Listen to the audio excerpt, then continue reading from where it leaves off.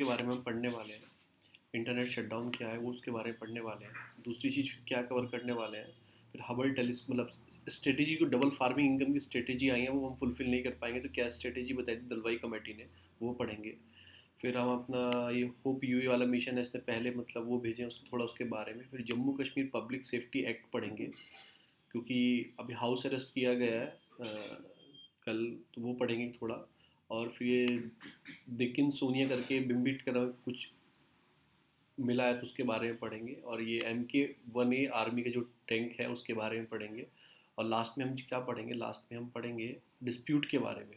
जो भी डिस्प्यूट चल रहा है उड़ीसा का उसका, उसके बारे में पढ़ेंगे, फेडरल स्ट्रक्चर उस डिस्प्यूट के बारे में पढ़ेंगे।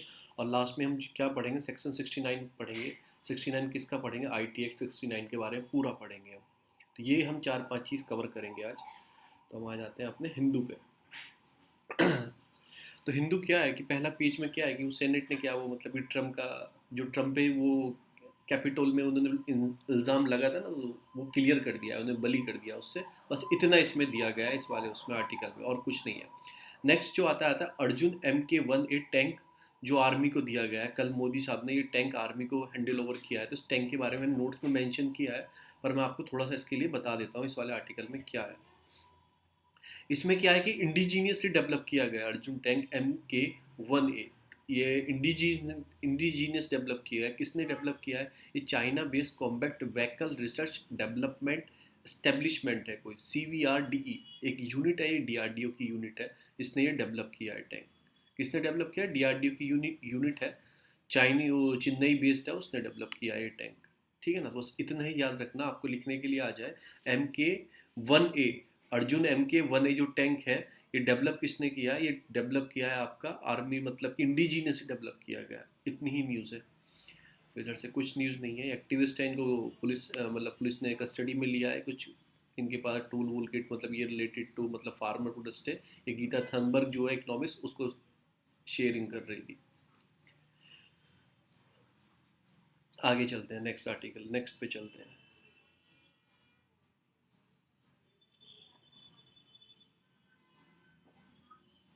नेक्स्ट चलते हैं, नेक्स्ट आर्टिकल आता है आपको, मतलब एक ये इंपॉर्टेंट तो नहीं है पर मेंस के लिए इंपॉर्टेंट है। जैसे जो आपके डेली यूजेस होते हैं ना, डेली यूजेस चाहिए होते हैं, कोम होता है हाथों में, मतलब कि बाल बहाने के लिए, हेयर कोम के लिए, और भी डेली यूजेस मटेरियल होते हैं। उस पर मतलब कि स्विप के मैसेज लिख के दिए जा रहे हैं कि वोटिंग शेयर बढ़ाने के लिए ना, अभी असम में क्या है कि इलेक्शन है, तो वोटिंग शेयर, वोटिंग लिटरेसी बढ़ाने के लिए ऐसे स्विप मैसेज दिए जा रहे हैं। स्विप मतलब क्या होता है, एक्सपेंड होता है systematic voter education and electoral participation बढ़ाने के लिए ना, स्विप का फुल फॉर्म ये होती है।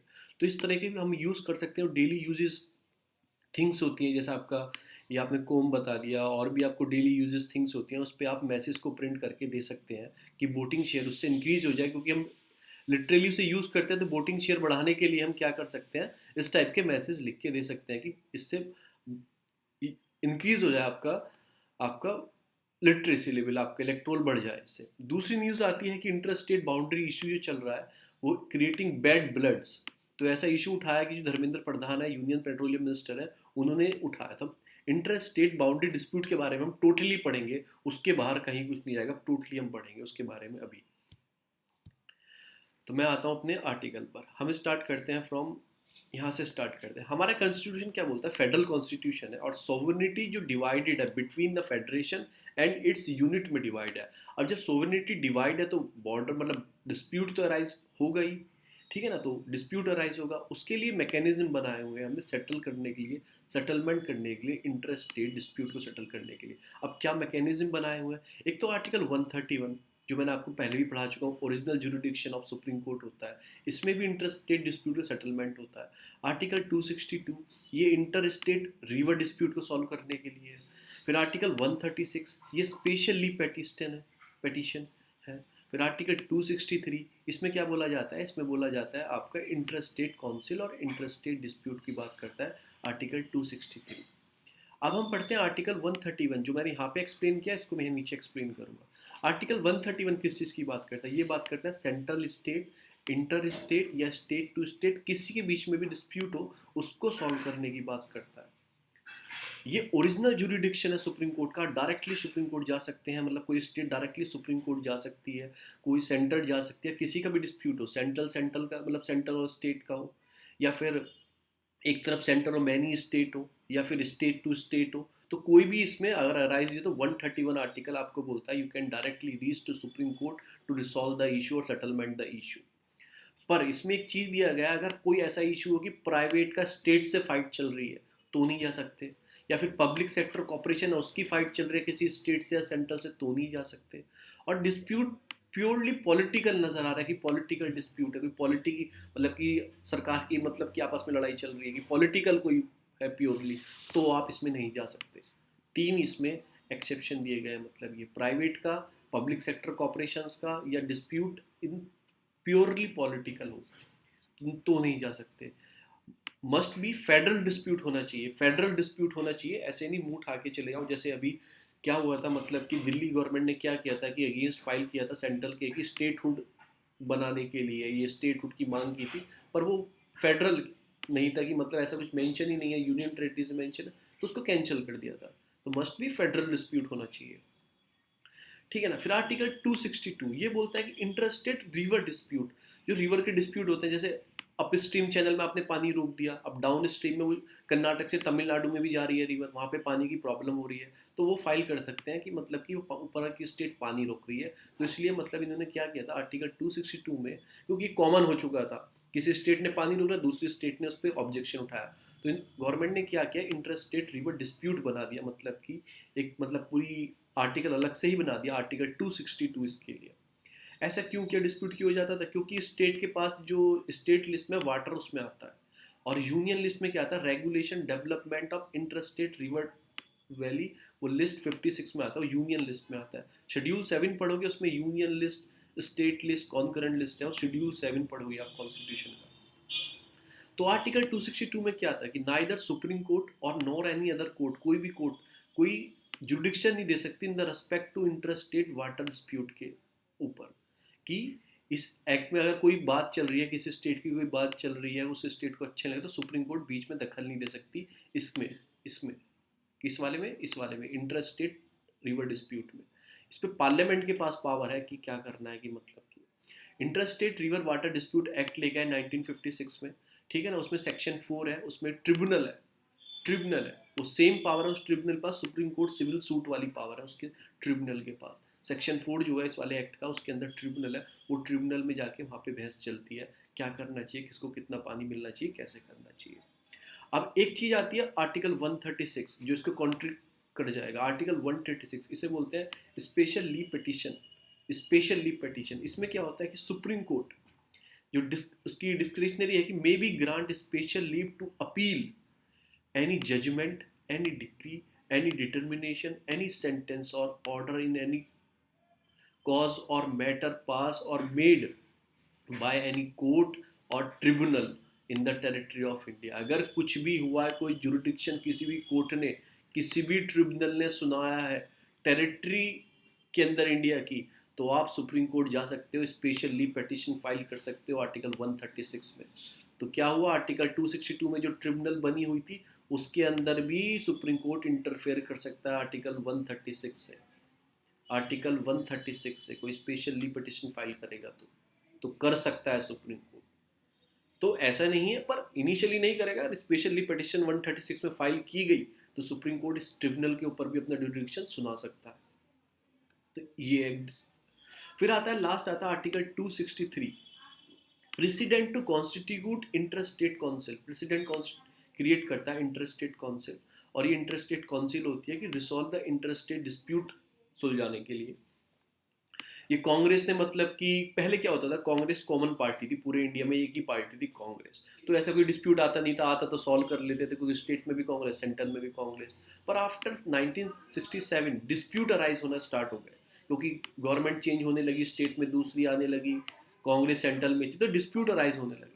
तो setting the council recommendation based on Sarkaria commission के रिकमेंडेशन पे ये वाली काउंसिल कॉन्स्टिट्यूट की गई थी, inter state council, on the recommendation of Sarkaria commission ने बोला कि आपको क्या करना है, कि ये वाली इन्होंने असेंबली को कॉन्स्टिट्यूट किया इंटर स्टेट काउंसिल को। तो मैं हमने सारी एक्ट पढ़ लिए कि इंटरेस्ट रेट से कौन कौन से रिलेटेड है। आर्टिकल 131, आर्टिकल 262, आर्टिकल 136, आर्टिकल 263, ये सारे एक्ट किससे रिलेटेड है? ये सारे एक्ट आपके रिलेटेड है आपका इंटरेस्ट रेट डिस्प्यूट से रिलेटेड। एक मिनट देना।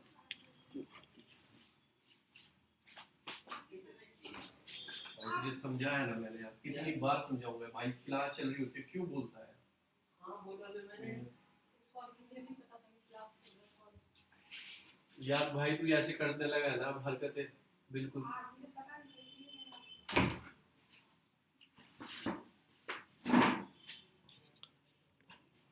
ठीक है सॉरी यार, वो फ़ोन आ रहा था। तो मैंने तीनों आपको पढ़ा दिया, आर्टिकल 131, आर्टिकल 262, आर्टिकल 136, आर्टिकल 263। आप बिल्कुल इसमें एक पूरा एक ऐसे लिख सकते हैं, मतलब ऐसे इन द सेंस आंसर लिख सकते हैं। देखो मैंने आंसर की फॉर्म में लिखा है, फेडरल कॉन्स्टिट्यूशन है, सोवरेनिटी डिवाइडेड है, सोवरेनिटी डिवाइडेड है तो राइट्स डिस्प्यूट हो गई।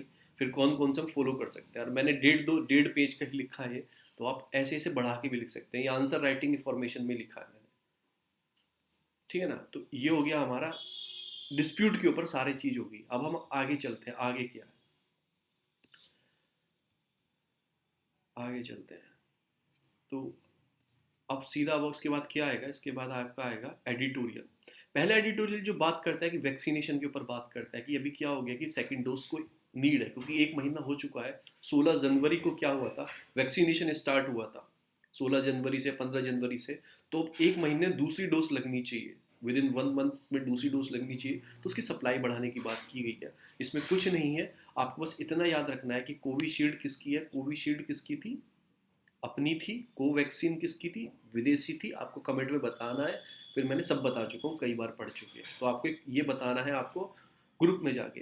अब इसमें एक चीज़ लिखिएगी, Saturday mark 28 dates in the first dose of vaccine were be administered in time of the first batch for the dose incubator shows of the second dose. Second dose को वही काम है, सेकंड 28 दिन होने वाले हैं। आज 14-15 होगी, 16 से वो स्टार्ट हुई थी, एक दो दिन में दो और होने वाले हैं।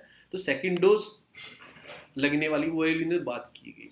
फिर इसमें सीरो सर्वे की बात की है, आईसीएमआर ने कंडक्ट किया है। उस सीरो सर्वे में फाइंड, जो मैंने आपको बताया था, सीरो सर्वे क्या होता है, पर्टिकुलर कम्युनिटी को एक तरह से एग्जामाइन किया जाता है कि कितने इसमें से एग्जामाइन, 1000 लोगों का ब्लड सिरम लेके उन्हें एग्जामाइन किया गया, उसमें से पता लगा 800 के पास एंटीबॉडीज है। तो उसके हिसाब से क्राइटेरिया बना लिया जाता है कि इतने लोगों में ये एंटीबॉडी डेवलप हो चुकी है। तो इसमें अकॉर्डिंग पता लगता है कि 21% लोगों में ये वायरस एक्सपोज हो चुका है, उनके अंदर एंटीबॉडी डेवलप हो चुकी है। यानी कि 21% कितना हुआ, अगर जैसे हमारे 100 करोड़ है तो यानी कि 21 करोड़ लोगों में हो चुकी हैं। तो 131 करोड़ है, तो आप निकाल सकते हो उसका 21% कितना हुआ।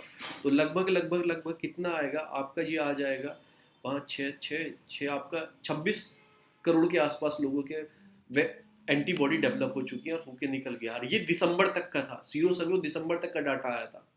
उससे आगे का डाटा जब जनवरी फरवरी का, तो और 10 करोड़ जोड़ लो, तो नियर अबाउट 36 करोड़ या 30 करोड़ के आसपास ये एंटीबॉडी डेवलप ऑलरेडी हो चुकी हैं लोगों के अंदर, जिनके अंदर वायरस निकल चुका है। दूसरी न्यूज़ आती है आपकी, मतलब रिलेटेड टू आती है ट्विटर। ट्विटर ने स्टार्टिंग में क्या किया, पहले जब जीनोसाइड जब बताया किसान के ऊपर, उसने पूरा हैशटैग चला रखा था। पहले उसने बैन कर दिया, फिर उसने फिर ओपन कर दिया। देखो हैशटैग क्या चला था, Modi plan to farmer genocide, ये वाला पहले उसने हटा दिया, फिर बाद में उसने रिलीज कर दिया। तो वही उन्होंने बोला है कि ट्विटर के ऊपर हम चाहे तो, गवर्नमेंट ने क्या ऑब्जेक्शन उठाया कि हम चाहे तो ट्विटर के ऊपर, मतलब जो उसके एम्प्लॉय हैं इंडिया में या कुछ भी हैं, उनके ऊपर हम क्रिमिनल केस फाइल कर सकते हैं। किस एक्ट के अंदर, सेक्शन 69A के अंदर हम फाइल कर सकते हैं। तो इन्होंने ऐसा बोला है, ठीक है ना। उसमें क्या लिखा गया था, root of the problem of the, मतलब फिर से प्रॉब्लम की बात की गई, क्या हमें कर्टेल कर रहा है ये हमारी चीज़ों के लिए, क्या हमें करना चाहिए। वॉयलेशन ऑफ राइट्स की इसमें बात की गई है कि first mark the mark censorship on easy में पढ़ लेना सारी। इसमें क्या बात की गई है, इसमें यही बात की गई है कि इसमें एक्ट में प्रॉब्लम क्या है। पहले ये बोलते हैं कि किसी को भी ये रजिस्टर्ड कर सकता है, गवर्नमेंट किसी को भी रजिस्टर्ड कर सकती है इसके अंडर, ठीक है ना। और उसे बताएगी भी नहीं क्यों रजिस्टर्ड किया गया। अगर वो कोर्ट में जाएगा तो कोई बात लेके जाएगा ना, इसलिए मुझे किया गया। इस एक्ट के अंदर क्या है कि आपको स्टेट बताएगा भी नहीं आपको क्यों रजिस्टर्ड किया गया है, और आपको बिना कोर्ट के भी वो सजा दे सकते हैं।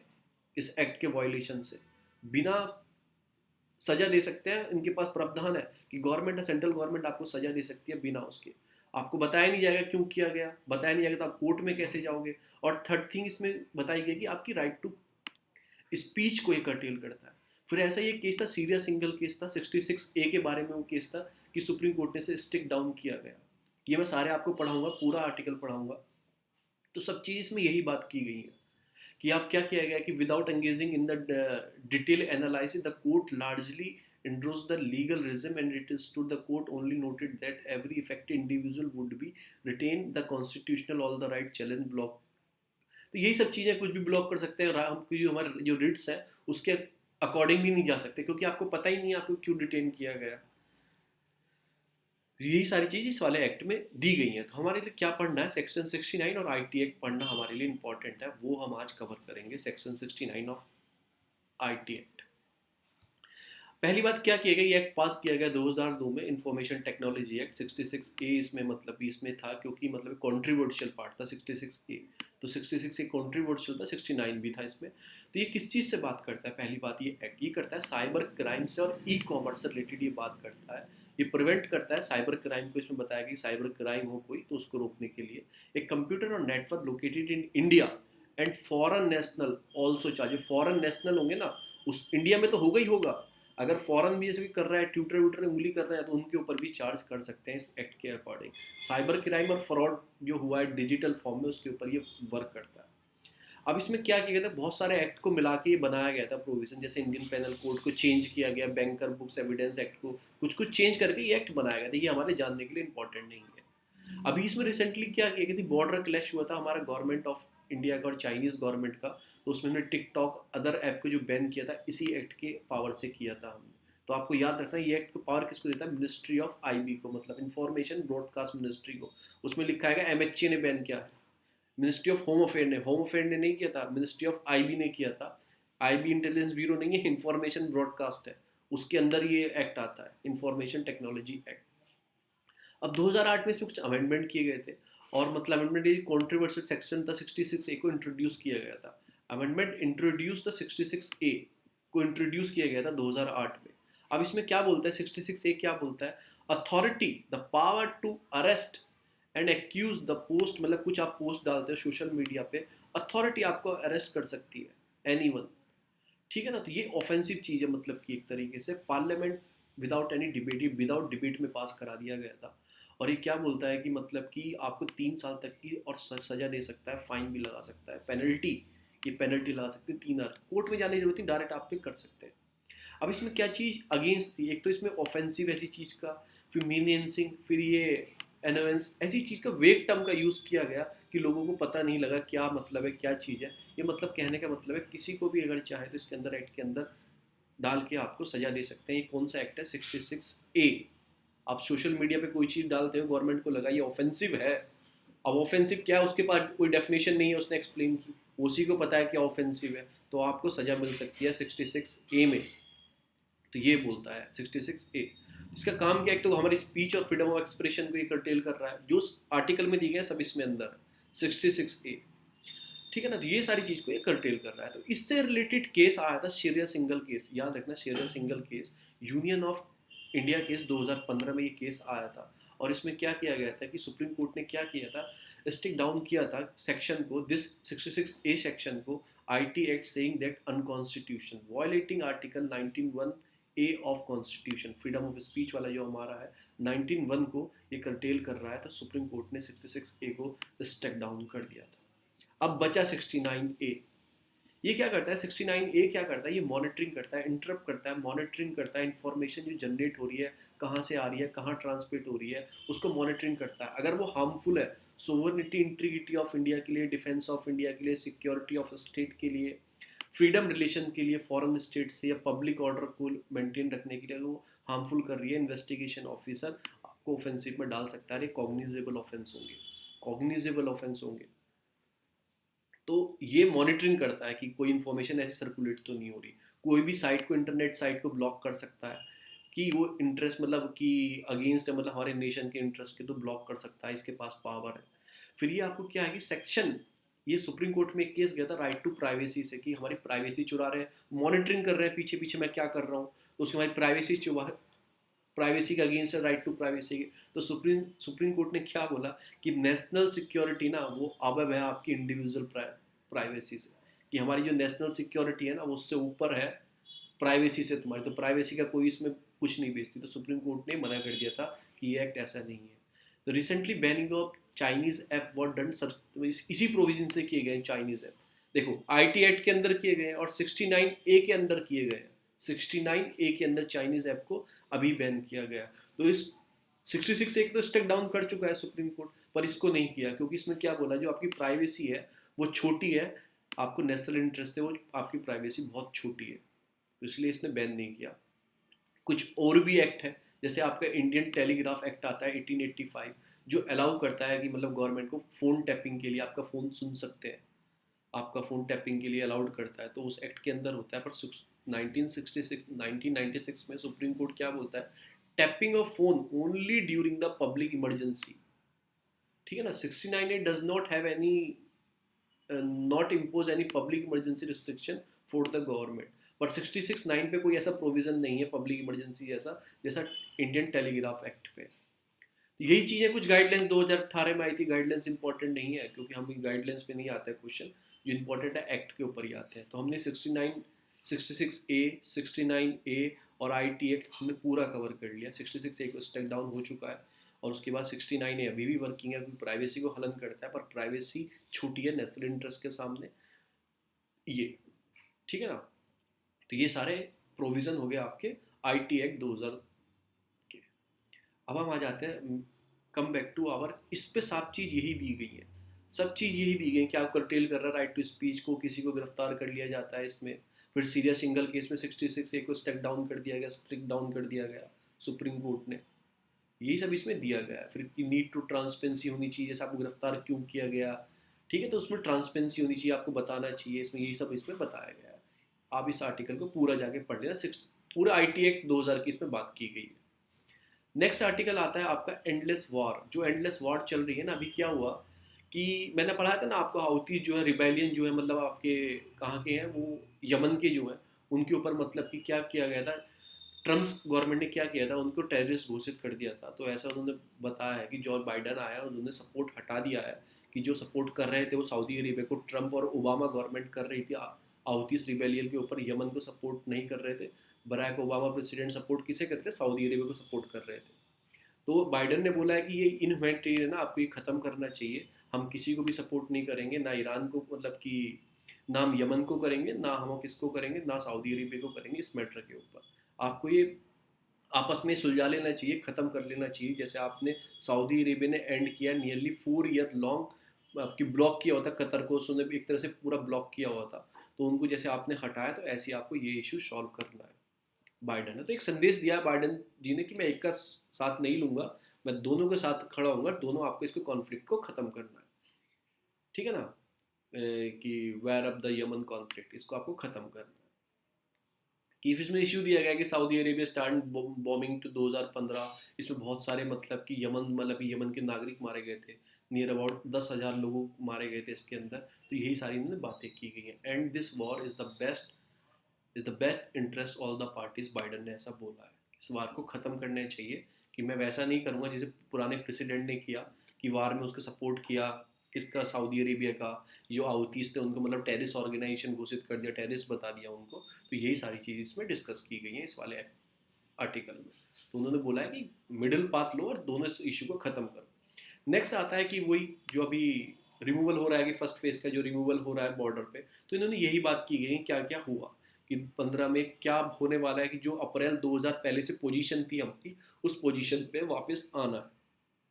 तो ये क्या बोलते हैं, एक पीसफुल रिसोल्यूशन चाहिए। और ऐसा नहीं है इंडिया को मतलब देखना नहीं, आपको डिप्लोमेटिक और मिलिट्री प्लानिंग होनी चाहिए, और हॉक लाइक विजन होनी चाहिए बाय इंडिया, मतलब कि चील जैसी निगाह होनी चाहिए, जो भी चल रहा है ना, मतलब कि फर्स्ट फेज का जो हटाने का चल रहा है, तो चील जैसी निगाह होनी चाहिए, कोई डिप्लोमेटिक और मिलिट्री प्लान होनी चाहिए हमारे पास भी। ये आर्टिकल ऐसा बोल रहा है कि ऐसे नहीं चुपचाप चले जाए, मतलब हमें निगाह अभी भी रखनी चाहिए, कि वो कुछ भी कर सकते हैं बाद में, इतने प्यार से हट रहे हैं तो कुछ भी, कि अप्रैल 2020 तक जो सिचुएशन थी उस सिचुएशन पे लौटना है हमें। तो सारी चीज़ में डिस्कशन किया गया कि पीसफुल हमारे पे रिसोल्यूशन होना चाहिए, when the Chinese side is suddenly opposition large body of the troops. तो यही सभी से बातें की गई हैं। फिर इसमें पूरा डिस्कशन हुआ है कि रिलेशन क्या है, कि मतलब कहाँ पे ख़राब हुए, फिर ब्लडी इंसिडेंट हुआ, हमारे लोग मारे गए, गलवान वैली में मारे गए, ये सब। ये 1975 के बाद पहला ऐसा इशू है जो हमारे लोग चाइनीज़ बॉर्डर की क्लैश की वजह पे मारे गए हैं। तो इतने 25 35 सालों में पहली बार ऐसा हुआ है, ठीक है ना। तो फिर इसमें क्या है कि वो इशू मैंने आपको बता रखे हैं, इस लद्दाख में फिंगर 5 और 4 और 8 के बीच में लड़ाई है।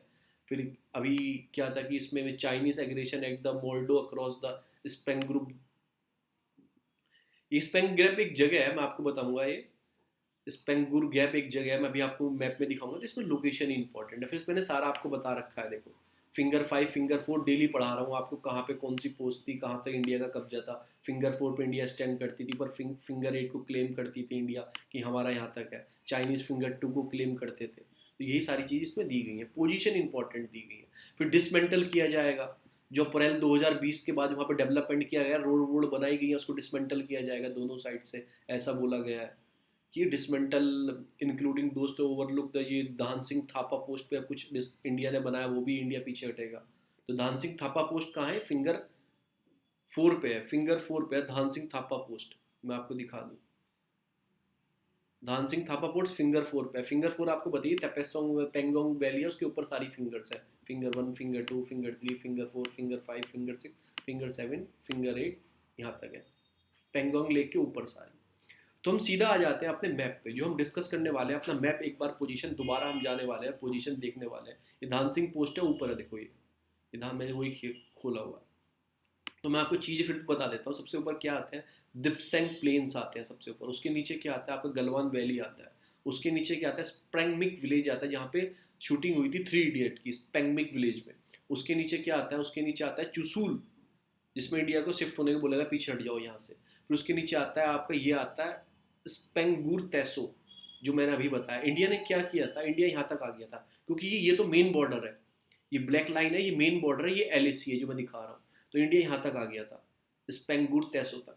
तो हम इंडिया को बोलेगा आप भी यहाँ से पीछे हट जाओ। तो इंडिया का बिल्कुल पास वाला रीजन है चाइनीज़ का। तो फिर से इसके बाद चाइना ही स्टार्ट होता है, जो रियल में चाइनी लाइन है, मैकमोहन जो लाइन है देखो रियल वाली, उसके इधर चाइना स्टार्ट होता है, इंडिया यहाँ तक आ गया।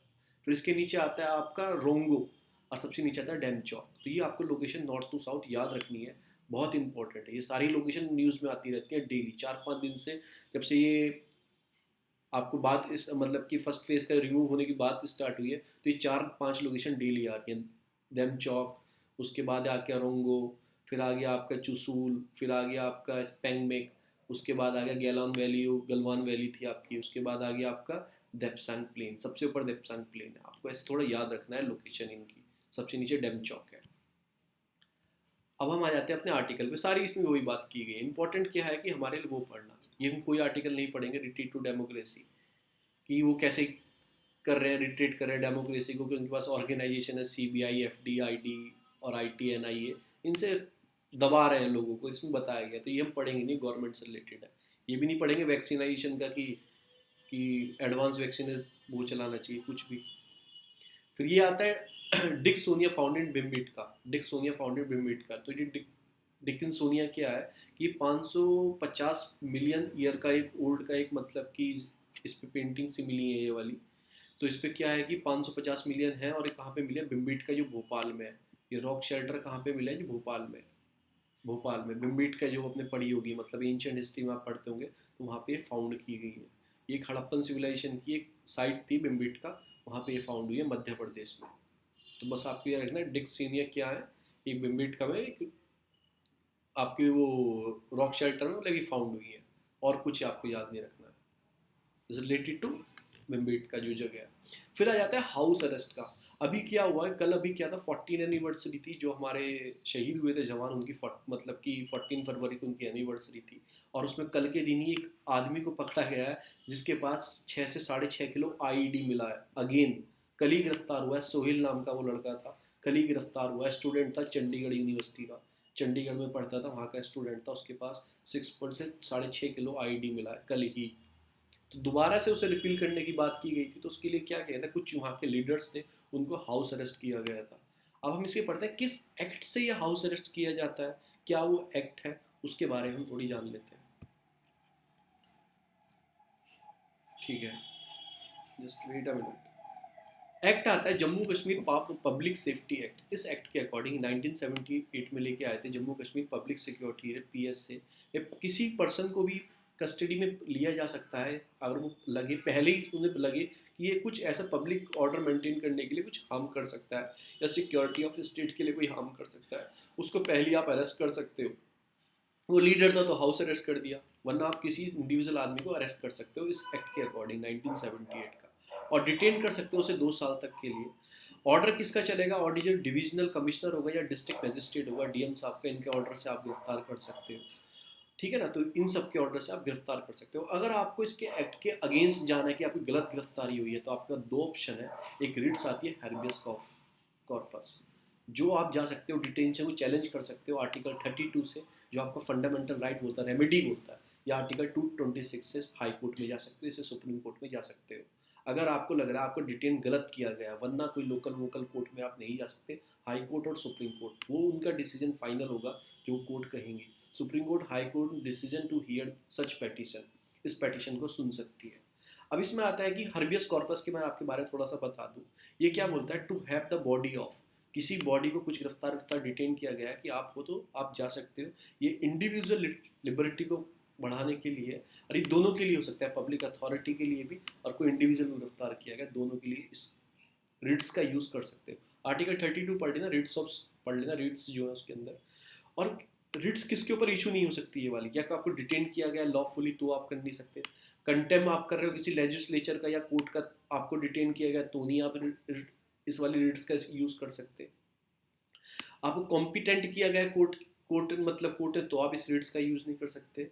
या उसकी कोर्ट की जुरिडिक्शन में कोई बाहर चीज़ हुई है, मतलब उसके जुरिडिक्शन से बाहर है कोई चीज़, तो आप इसका रिट्स का यूज़ नहीं कर सकते। अन्यथा आप कर सकते हैं इस रिट्स का यूज़। आपको लग रहा है कि आपके किसी फंडामेंटल राइट्स या फिर आपको डिटेन किया गया है, वो अनलॉफुल किया गया है, तो आप इस रिट्स का यूज़ कर सकते हैं।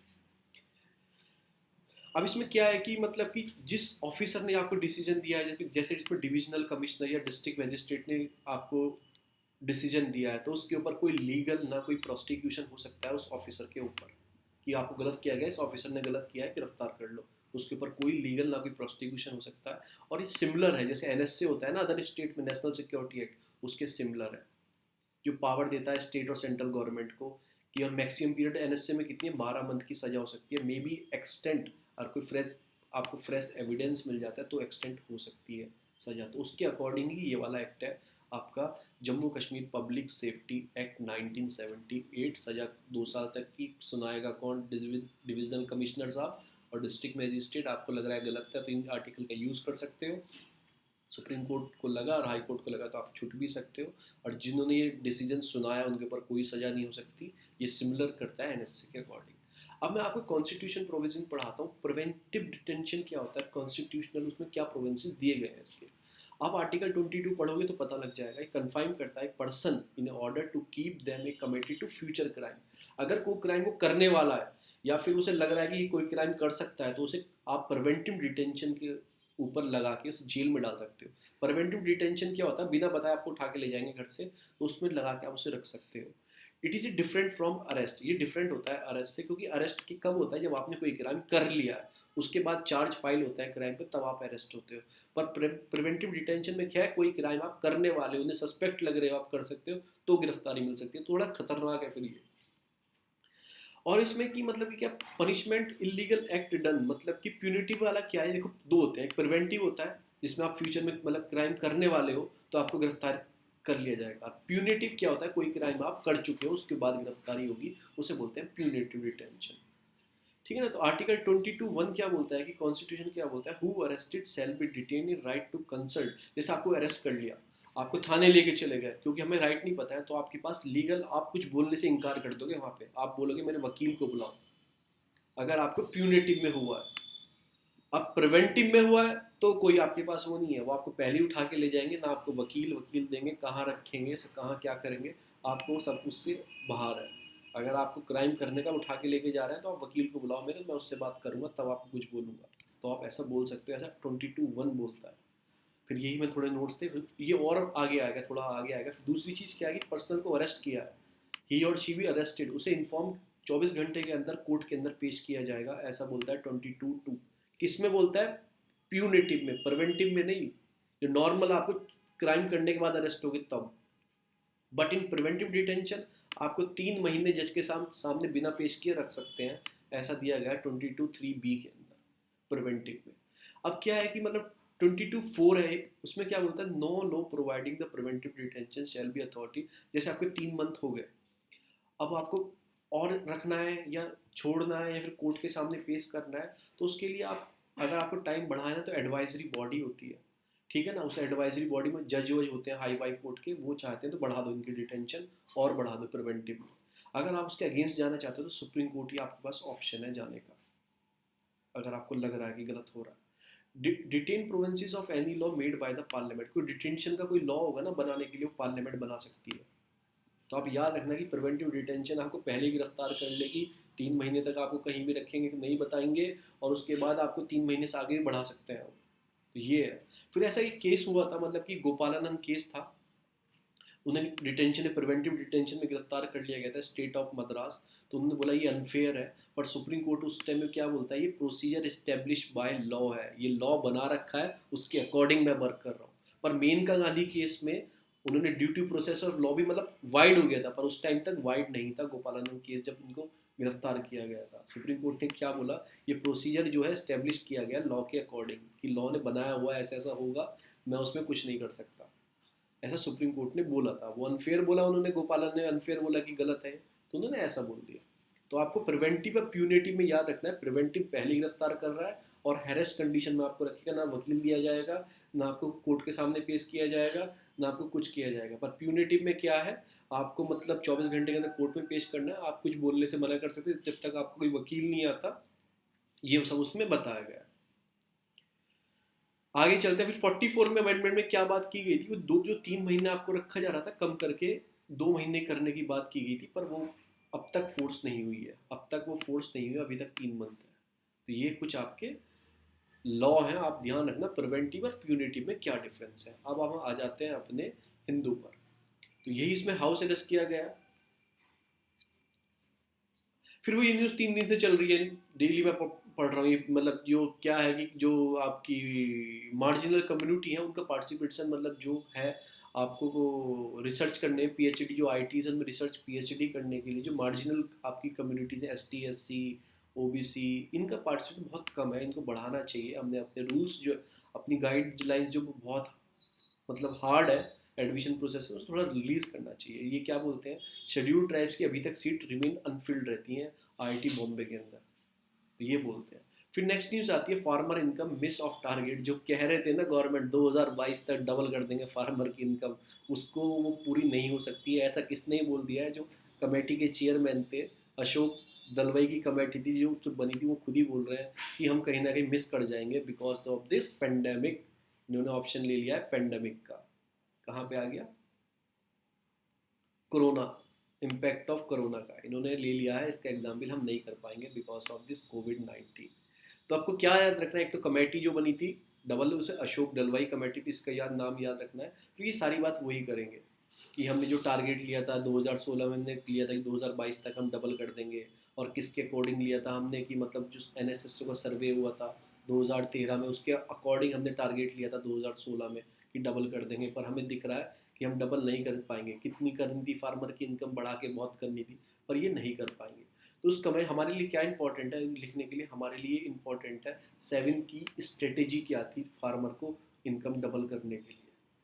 वो मैंने बता दिया कि 2000 जो एनएसए को सर्वे हुआ था 2013 में, उसके अकॉर्डिंग उन्होंने मतलब कि वहाँ से सर्वे से डाटा लिया था, और 2015-16 को बेस ईयर रखा था, इसके अकॉर्डिंग हम इतनी कर देंगे, 1 लाख के आसपास पर एनम से ऊपर पहुंचा देंगे। अभी कितनी है, मतलब कि 8,000 चल रही है ना, 8,000 को 10 से कर दोगे 80, तो मतलब ज़्यादा कर देंगे, 1 लाख से ऊपर कर देंगे, मोर देन इतने, उससे कि 2022 तक कर देंगे। पर ये कह रहे हैं फेल हो जाएंगे कोविड-19 की वजह से, वो तो दिख रहा है कहीं भी नहीं हो सकती। तो मैं आपको 7 स्ट्रेटेजी बता रहा हूँ, स्ट्रेटेजी क्या है। ये हो गया सारा हमारा, आपको स्ट्रेटेजी बता देता हूँ। 7 की strategy doubling the farmer income, आप मेंस में लिख सकते हो, मेंस का है उसके लिए इंपॉर्टेंट नहीं है, प्री के लिए क्या इंपॉर्टेंट है, अशोक दलवाई कमेटी, ये प्री के लिए इंपॉर्टेंट है। मेंस के लिए स्ट्रेटेजी लिख सकते हो, फार्मर के इशू पे कोई बात आएगी, क्या बताया, इंप्रूव करना है क्रॉप को, क्रॉप को मतलब इम्प्रूवमेंट ऑफ क्रॉप और लाइवली स्टॉक जो है मतलब कि जो गाय भैंस रखते हैं फार्मर, उसकी प्रोडक्टिविटी को इंक्रीज करना है। तो दो तो ये हो गई, एक तो क्रॉप की प्रोडक्टिविटी, एक लाइव स्टॉक की प्रोडक्टिविटी, दो हो गई। एक saving of the production cost, जैसे आप प्रोडक्शन मतलब आपने जैसे गेहूं लगाए, गेहूं लगाने के लिए आप प्रोडक्शन कॉस्ट खाद बीज इन सब का यूज़ करते हो ना, उसकी प्रोडक्शन कॉस्ट को हमें कम करना है। वो कैसे कर सकते हैं? जैसे सॉइल हेल्थ कार्ड मिशन था आपको, तो आपको लिमिटेड अमाउंट में पेस्टिसाइड और वो मिलाने पड़ेंगे, आप अपने अकॉर्डिंग कितने मिला देते हो उसको थोड़ा सेव कर सकते हो, और साइंटिफिक चीज़ों का यूज़ कर सकते हो। तो सेव करना है प्रोडक्शन कॉस्ट के लिए, तीन हो गई। चौथी क्या होगी कि हाई क्रॉपिंग इंटेंसिटी बढ़ानी है और डाइवर्सिफिकेशन बढ़ाना है। कि मतलब इंटेंसिटी बढ़ानी है क्रॉपिंग और डाइवर्सिफिकेशन। डाइवर्सिफिकेशन क्या कि यूपी के किसान गन्ना ही गन्ना लगा रहे हैं हर साल, तो डाइवर्सिफाई रखो भाई, कोई ऐसी फसल लगाओ जो हाई वैल्यू क्रॉप हो, जिसकी ज़्यादा पैसे मिले। मशरूम लगाओ, स्ट्रॉबेरी लगाओ, लीची लगाओ, इनके ज़्यादा पैसे मिलेंगे। तो डाइवर्सिफिकेशन करना है, intensity, saving in the production, crop की प्रोडक्टिविटी, लाइवली स्टॉक की। तो एक दो तीन चार पाँच हो गई। छठी क्या है कि मतलब कि बेटर प्राइस मिलना चाहिए, बेटर प्राइस। और सातवीं क्या है कि shift to non farm jobs. Farm jobs तो करो, और नॉन शिफ्टिंग फार्म जॉब्स क्या होती है? नॉन फार्म जॉब्स क्या होती है? लाइवली मतलब कि गाय भैंस का, डेयरी का उत्पादन, इसका उत्पादन, ये सब चीज़ों का बढ़ावा करते थे। ये 7 पॉइंट थे जो अशोक दलवाई कमेटी ने स्ट्रेटेजी बताई थी आपको। प्री के लिए Ashok Dalwai committee doubling the farmer income, और मेंस के लिए सारी स्ट्रेटेजी। ठीक है। फिर ये आपका होप यूएई वाला मिशन है, तो मार्स पे भेजने वाला मतलब कि तो यूएई 5वीं कंट्री बन गई है। ठीक है। इस मिशन का नाम है अल अमल नाम है, इसे ये अरबी में नाम है और इसे इंग्लिश में होप बोलते हैं। और ये जापान की हेल्प से सेंड किया है। वेदर को नोट करेगा, मतलब कि किसके? मार्स के वेदर को। एक जिर्द उल हदीद एक्सरसाइज है, मतलब ये पाक की मिलिट्री एक्सरसाइज है, आपको नाम याद रखना, जिदर उल हदीद नाम है इसकी, पाक की आर्मी एक्सरसाइज है। ये हमारा पूरा आज हिंदू कंप्लीट हो गया है। मैं आपको दिखा देता हूँ दोनों न्यूज जो मैंने अभी आपको बताई है कहाँ पे आई है। चलते हैं। ये थार डेजर्ट में मतलब Thar desert in the sense India में नहीं, थार डेजर्ट पाकिस्तान के रीजन में भी है, सिंध वाले रीजन में। तो वहाँ पे उन्होंने एक्सरसाइज स्टार्ट की है। आपको नाम याद रखना है, जिद उल हदीद, जो मैंने आपको बताया अभी। नाम क्या है?